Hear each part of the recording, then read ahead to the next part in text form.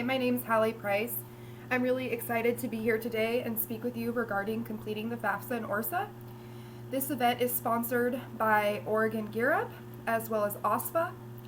OSFA stands for Oregon Association of Student Financial Aid Administrators.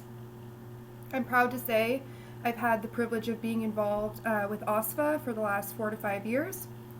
I'm currently a financial aid advisor at Oregon State University. I've been serving there since 2016, and I've worked in higher ed since 2012. I'm very passionate about helping students find solutions to pay for college and overcome barriers. Once again, thanks for listening to me today and getting some important info. Before we dive in, I want to emphasize this is literally the most important thing, in my opinion, is don't worry, there is help for you. You just have to know where to look. That's a picture of myself in front of the Kerr Administration Building at Oregon State University, where I work in Corvallis, Oregon. And there's hundreds plus people like me that work in colleges, high schools, volunteer, various organizations. We are a resource to you and we want to help you. In addition, both the ORSAA and FAFSA applications that we're going to talk about today have help lines, and there's the information. The FAFSA even has a chat feature, as you can see, so you can chat a FAFSA or Federal Student Aid representative as you're completing the application, or if you prefer phone. As you're completing the FAFSA, if you're not sure about a question, if you look to the right side, there is helps and hints information. And sometimes that'll help you answer the question that you're not sure about. But again, if you're still not sure, you have other resources. So this is the number one takeaway. Don't worry about memorizing the information. Just know that there are resources available for you. You just have to know where to look. And here are some examples. What we're going to go over today, what you may need for these applications, just some general information. What are these applications? I'm just using the acronyms. I haven't even described them yet, so I'll definitely do that. Whom are they designed for? Why would you spend the time to do these? When? Some main steps to both the applications, and then kind of a brief summary of some things you may have to do after the application and kind of what to expect. So here's some information you may need for the FAFSA and or ORSAA. For the FAFSA, you'll need your social security number or your registration number if you're a permanent resident. Again, the FAFSA will tell you exactly what you need depending on how you answer the question, so don't get too hung up on this. Always go back to there's going to be help. This is just kind of something I copy and pasted from an old presentation I did earlier this year of just some general info.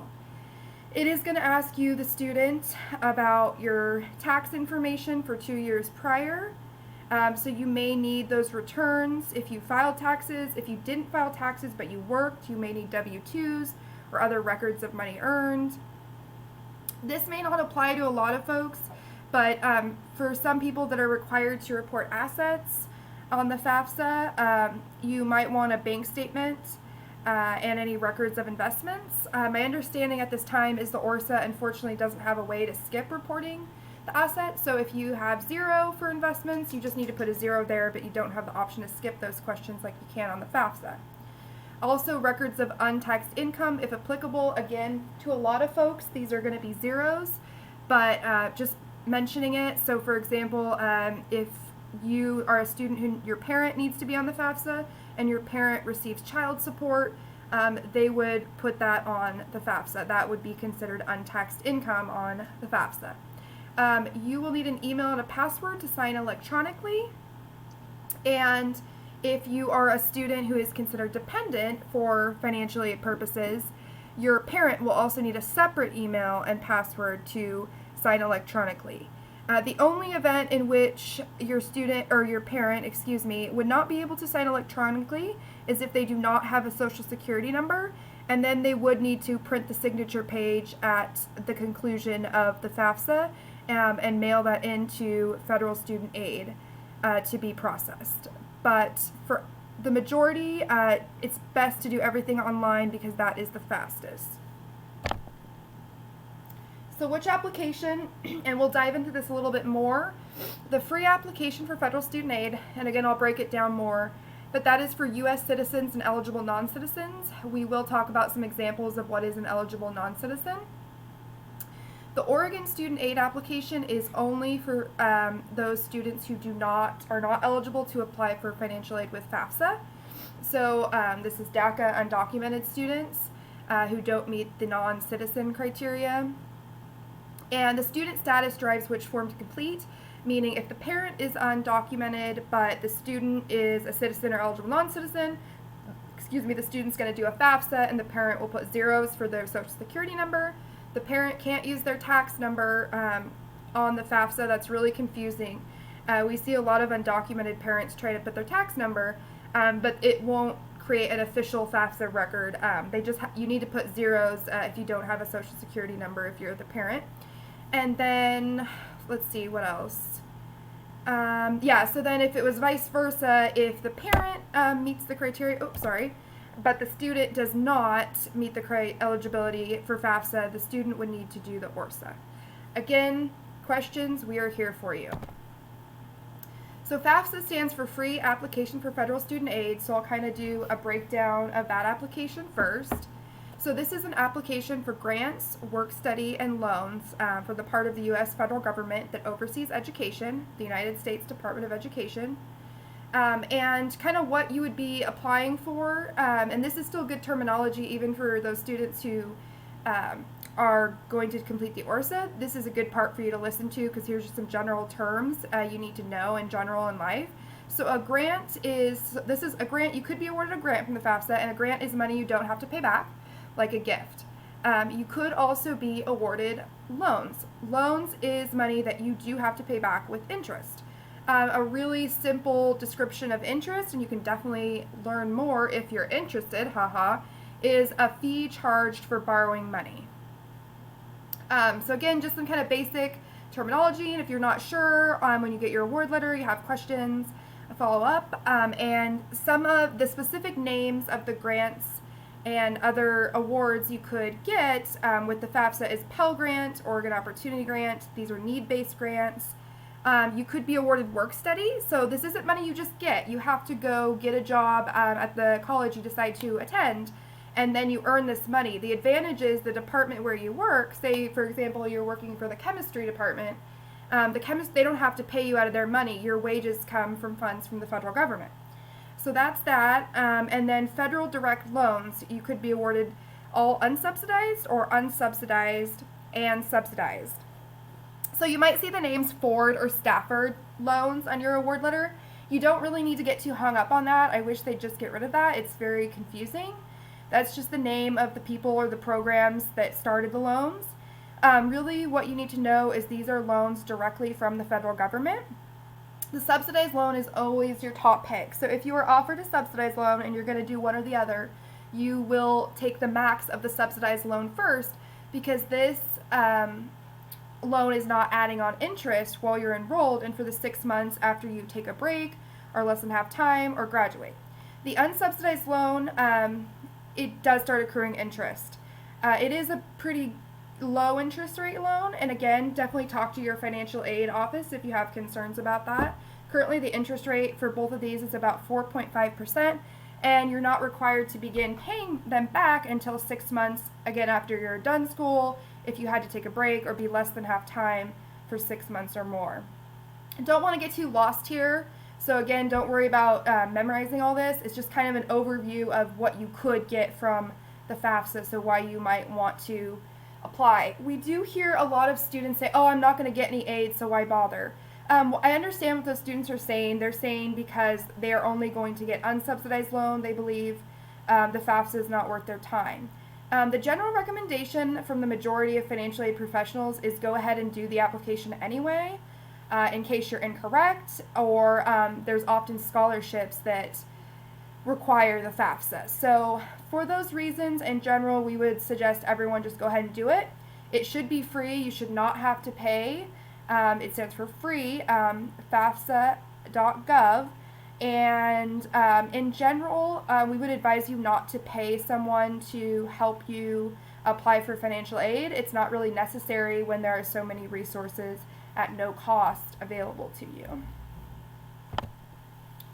So here's what the website looks like, and there is the web address, fafsa.ed.gov. So when you're first starting, you would click Start Here. If you're a returning user, you log in, and we'll talk about how to make a profile to do that. So who is eligible? U.S. citizen or eligible non-citizen. There are some examples below. I will not read through all of them. Feel free to take a picture or whatever if that's helpful to you. But yeah, there's some very specific criteria, so unfortunately not everyone meets that. And then you do have to have a high school diploma or GED certificate. And then when you go to college, you do have to be admitted as degree seeking in order to get that financial aid. So the Oregon Student Aid application is only for those students who are not eligible to apply for financial aid with the FAFSA. It's not, you can't do both, you can't pick which one you want to do. It's not a choice. So you can only do the ORSAA if you are not eligible for FAFSA. And students who are doing the ORSAA are applying for the Oregon Opportunity Grant and the Oregon Promise Grant. The application is also required for many scholarships with ORSAA, which is an Oregon organization to help students pay for college. That stands for Office of Student Access and Completion. And there's a little more info about the Oregon Opportunity Grant and Oregon Promise Grant below if you'd like to read. As you can see, the Oregon Opportunity Grant probably was not going to cover the full cost that a student would need for tuition at the majority of colleges, but it is a help. And the Oregon Promise Grant is a help at the community colleges. Here's the website for the Oregon Student Aid application, ORSAA. Again, just not using the acronym and forgetting what it stands for is a good thing. On the left-hand side, you can see the login. On the right-hand side, you can see where you would need to create an account, create a profile. And we'll talk about that. It's not too bad. So not eligible for FAFSA, and the student has to have lived in Oregon for at least 12 months, and there's some specific criteria right there about the timing of when they've attended school. They have to have received a high school diploma in Oregon or the equivalent. And then there is going to be a question where it's going to ask the student if they intend to become a citizen or lawful permanent resident of the United States. The student will need to answer yes in order to proceed. This application is not designed for students who are like international students just visiting. So this has to be answered yes in order to proceed. So both applications open October 1st. Yes, of course, they are available after October 1st. However, in general, financial aid professionals will advise you to apply as early as possible because some funds are available on a first-come, first-served basis, and many of the colleges that you are applying for may have priority processing deadlines, so you could get more funding or more money potentially by applying early. So here we're going to go over the main steps. I'm just going to make sure this is working. Looks like it is.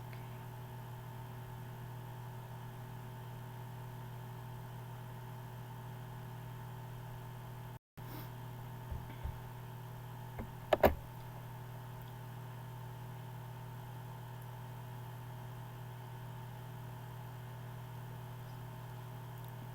So main steps: create profile, student demographics, school selection, dependency status, parent demographics, financial information, sign and submit. So thankfully the Oregon Student Aid application, ORSAA, pretty much follows the same model as the FAFSA with some slight variations. And I'll try to cover some of the parts that I know are different and may trip people up. But again, pretty much everything you can go back and fix. The hardest thing to fix is, the thing you can't fix is if you put the wrong social security number on the FAFSA.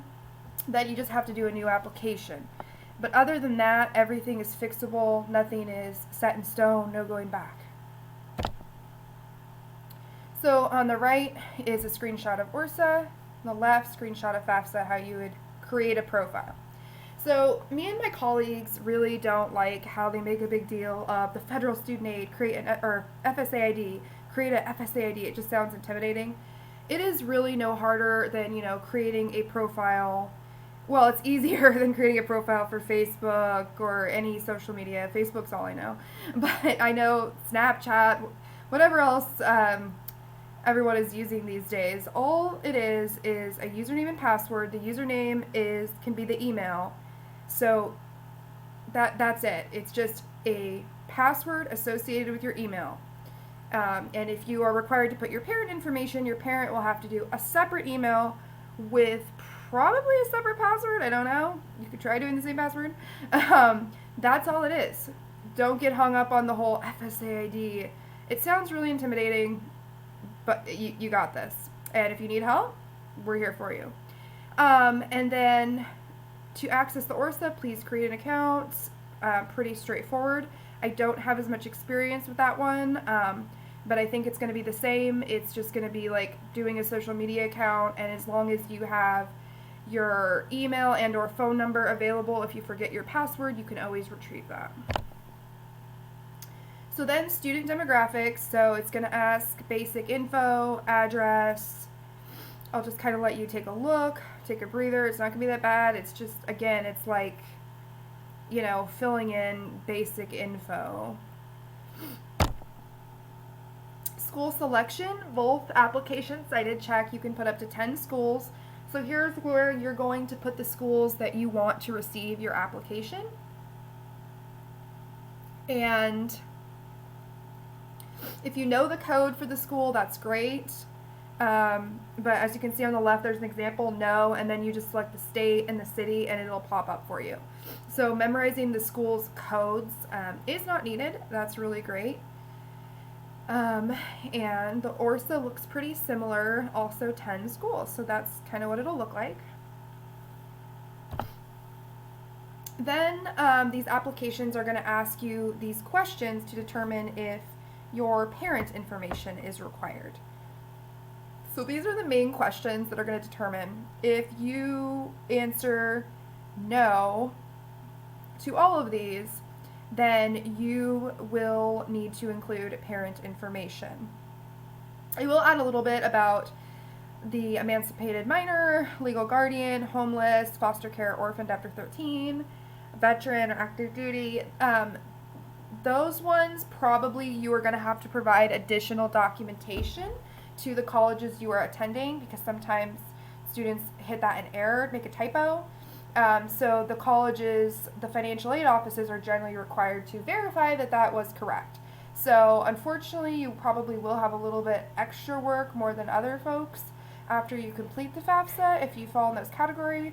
But of course, we think it's totally worth it if you can get maybe grants and loans and other funding to help you complete your degree. But those are the main dependency status questions, and if you answer yes to any of those, you're 24 or older, you're married, you're active duty, supporting your own children, those are examples of situations in which you're not required to report parent information. I will add, this is just a source of frustration for countless students for countless years. The government decided that whether or not your parents are actually helping you or not is irrelevant. So even if you can't answer yes to any of the questions, but you're like, that's not fair, my parents aren't helping me at all, unfortunately your parents still have to put the information on the application. Exception that may not be addressed on here, for students, if you are in a unhealthy or unsafe, abusive situation in which you feel it is unsafe to include your parent information, we would advise you to complete the FAFSA without your parent information, so it will be unofficial, it won't be complete, and then follow up with the colleges that you want to attend and explain to them the situation to see what you can do. No one should have to be in danger. But if you're not in danger, but your parents are just saying they're unable or unwilling to assist you financially with college, Congress has decided you still need to include their information. You can also let them know. Parents including their information does not obligate them to pay the bill or anything like that. It's simply just putting their information to calculate financial need, and it's required. So again, we are here for you if you have questions regarding that. Super confusing for many people is which parent they should put on the FAFSA. So you should put the parent that you lived with more over the past 12 months, and if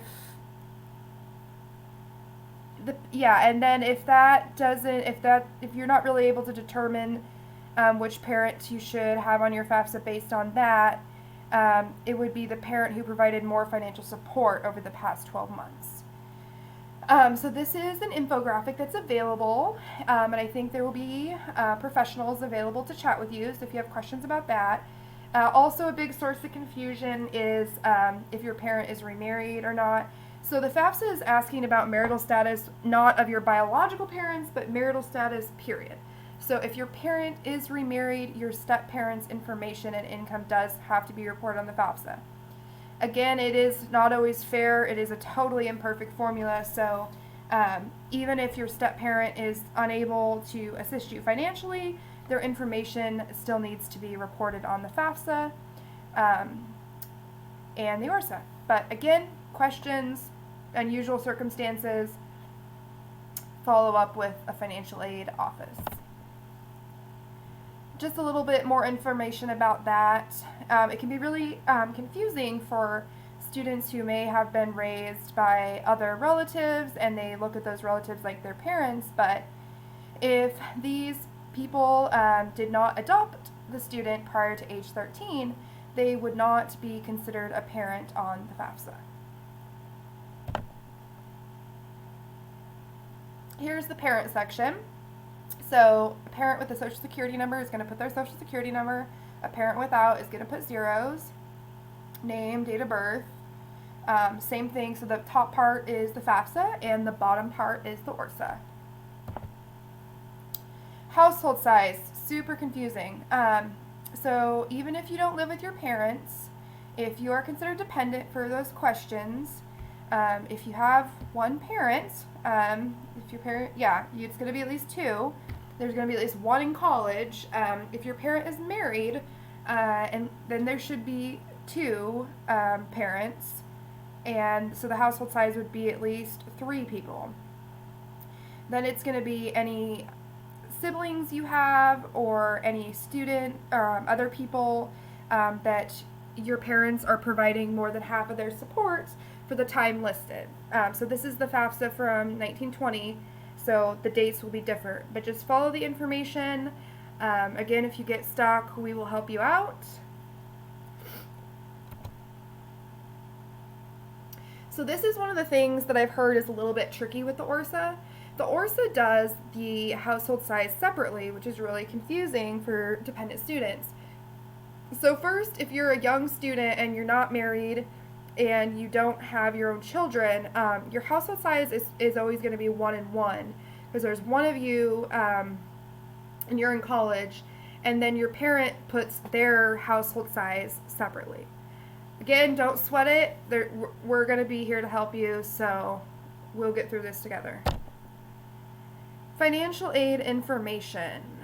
This is the part that everybody really gets high blood pressure about, but don't. It is really not that bad, and we're going to walk you through the main points so you have a little bit of background information.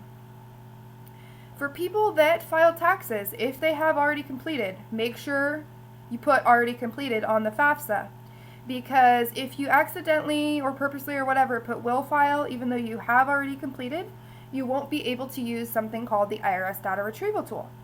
The IRS data retrieval tool is a tool that you can import your tax information directly from the IRS, and you won't need to input your information manually from your tax return. It will save you a lot of time, and it will make sure that your information is 100% accurate, but you must put already completed.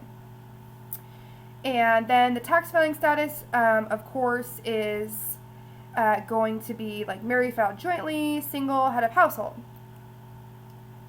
Here's another situation that's extremely confusing because we're looking at 2 years back for the taxes. So for parents who filed married, filed jointly, but are now separated at the time of the FAFSA, because if your parent is separated and living in separate residences from their spouse, they don't have to be officially divorced. So they're now divorced or separated. Then they only want to put their income information, and there's a very good chance your application will get selected for a process called verification, because the tax filing status does not match the marital status, which is correct, because everyone's lives are always changing. It's fluid.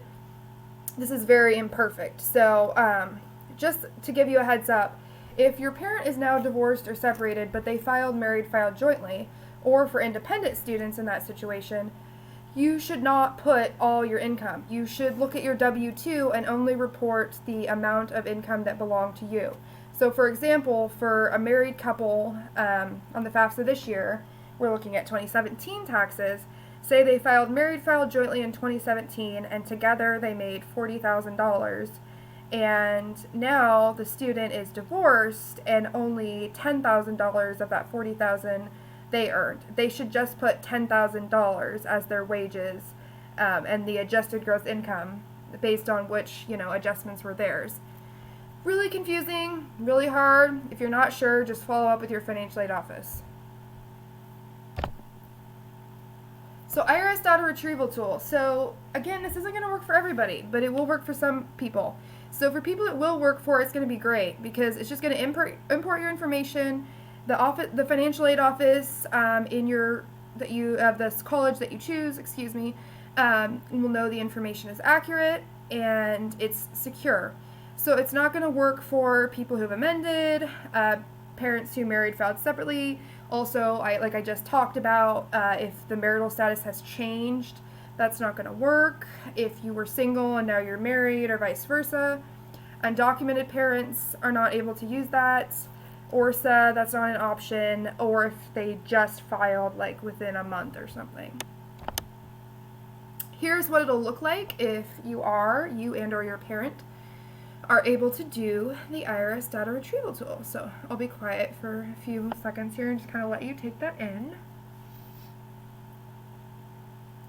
So when you click link to IRS, it will say, you are now going to another website, is that okay? Or something like that in a more proper, scary way. And you will have to click yes to proceed.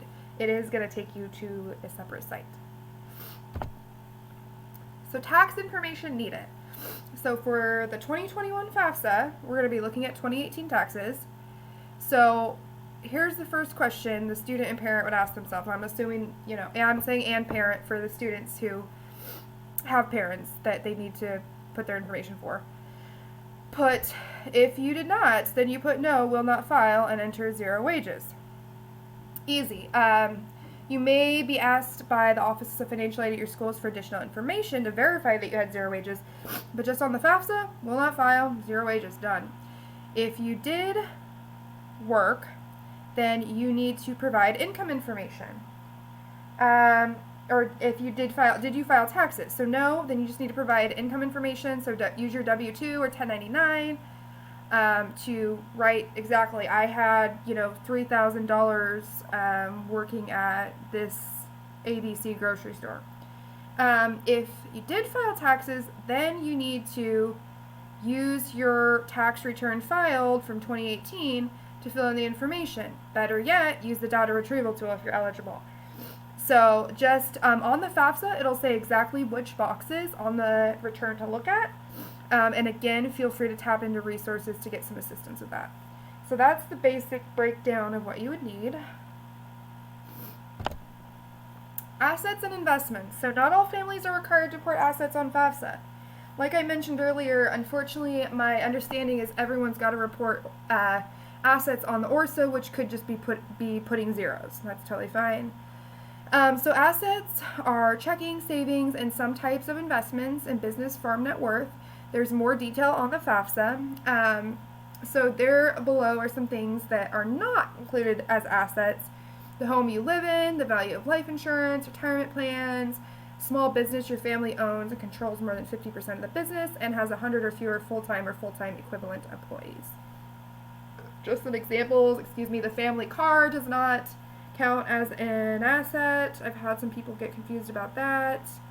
And that can really make a difference. So you do want to pay attention to what you put there, and if you have questions, ask. Be honest, but of course, if you make a big typo and something's misreported, this can really impact the aid that you get. So additional financial information and untaxed income.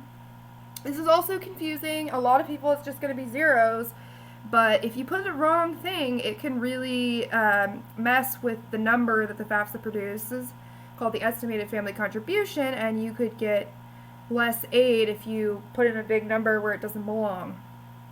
So some additional financial information examples are child support paid, taxable college grant and scholarship aid reported to the IRS as income, and combat pay. And then untaxed income is child support received, untaxed portion of IRA distribution, which is like a retirement account, and then housing allowance.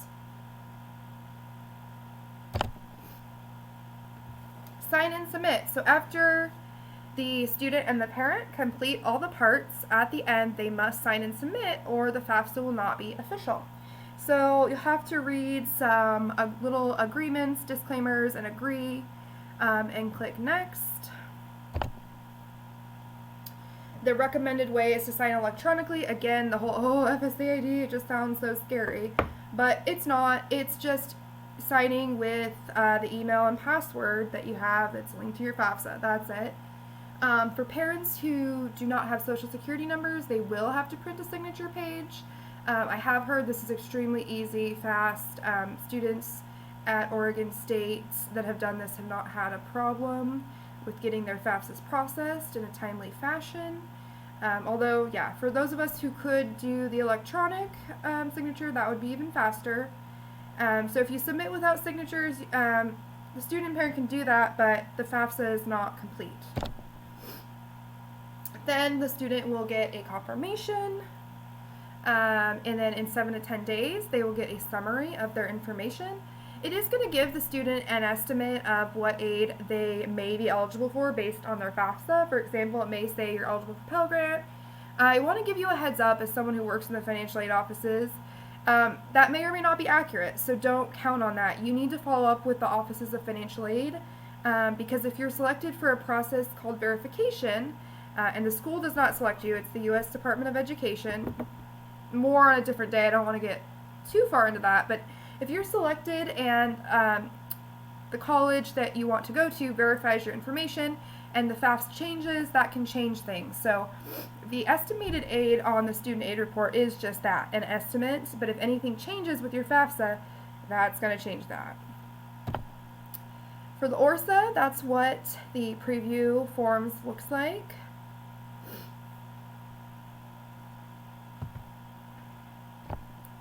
I actually hadn't seen this, so I was really excited to see the page. Here is the certification page to sign electronically.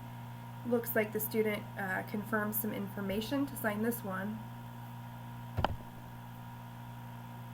So with the ORSAA, the student puts in the parent's email, and then my understanding is that parent must use that email to complete their portion and sign. So it's a little bit different than the FAFSA in that way. The parent doesn't log in. They need to use the email that the student sent them by requesting it. And yeah, so a little more communication required between student and parent, but definitely looks doable. So after the application, you'll want to follow up with the financial aid offices of the colleges you want to attend. What else? Are there other steps? You might be selected for a process called verification. This is where the U.S. Department of Education, again, the branch of the government that's awarding this money and doing this, selects certain students. They don't disclose the criteria. They use a statistical analysis to ask the financial aid offices to verify the information. So if you're selected for that, you will be asked to do more paperwork with the financial aid office before your award is official. And then you're definitely going to want to compare your financial aid to the cost of attendance. So you could get a really great financial aid award, a lot of things, scholarships, because you're an incredible student, but you really want to look at that cost too. And financial aid advisors such as myself, we can help you budget and look at cost versus aid. And then, of course, don't be afraid to ask questions. So Jen Satalino works for the College Place, and she is a great contact. There's my information. I also speak Spanish. It's a work in progress, but I speak a good intermediate level, able to help most families. And I am happy to answer general questions whether you go to OSU or not. So thanks, and I hope this helps you complete the FAFSA and the ORSAA, and we will be available for questions.